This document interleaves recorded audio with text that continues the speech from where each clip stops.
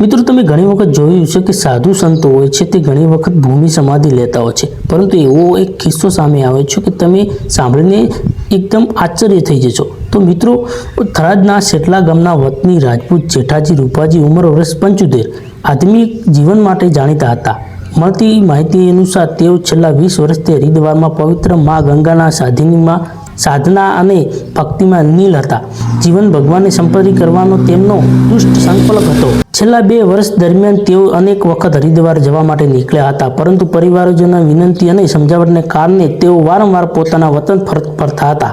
જોકે સમય જતાં તેમને સંકલ્પ વધુ મજબૂત બન્યો હતો। અંતે પરિવારજનોની સંપૂર્ણ સમજણ અને સંમતિ સાથે તેમની અંતિમ આધ્યાત્મિક ઈચ્છાને માન આપવા આવ્યું હતું। ત્યારબાદ તેઓ હરિદ્વાર પહોંચ્યા હતા અને પવિત્ર મા ગંગાના સાનિધ્યમાં ભગવાનના સમરે સાથે પોતાના જીવનની અંતિમ યાત્રા શરૂ કરી હતી।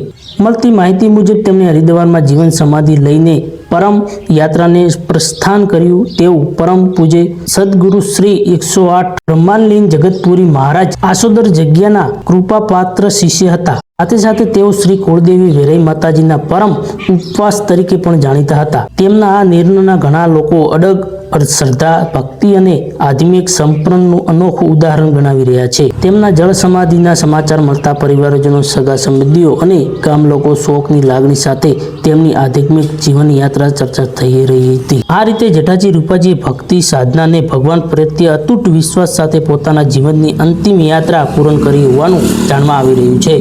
તો મિત્રો આ રીતની જળ સમાધિ લેવામાં આવી છે।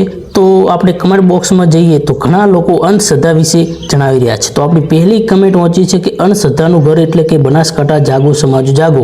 તો બીજી કમેન્ટ આપણે વાંચીએ તો સરકારની મંજૂરી વગર ઈચ્છા મૂર્તિ માટે મંજૂરી લેવી પડે છે। તો આપણે ત્રીજી કમેન્ટ વાંચીએ તો એ ભાઈ શું લખે છે, જીવન ઈશ્વરે આપેલા અનમોલ ભેટ છે, તેને વેઠવી ના લેવાય, જીવી લેવાય। તો મિત્રો આ રીતની લોકો કમેન્ટો કરી રહ્યા છે સોશિયલ મીડિયા ઉપર। તો ઘણા લોકો સારી પણ કમેન્ટો કરે છે। તો આ હતું તેમના જેઠાજી રાજપૂતના સમાચાર। તો બસ વિડીયો ગમે તો જરૂરથી શેર કરી દેજો, લાઈક કરવાનું ભૂલતા નહીં। ધન્યવાદ।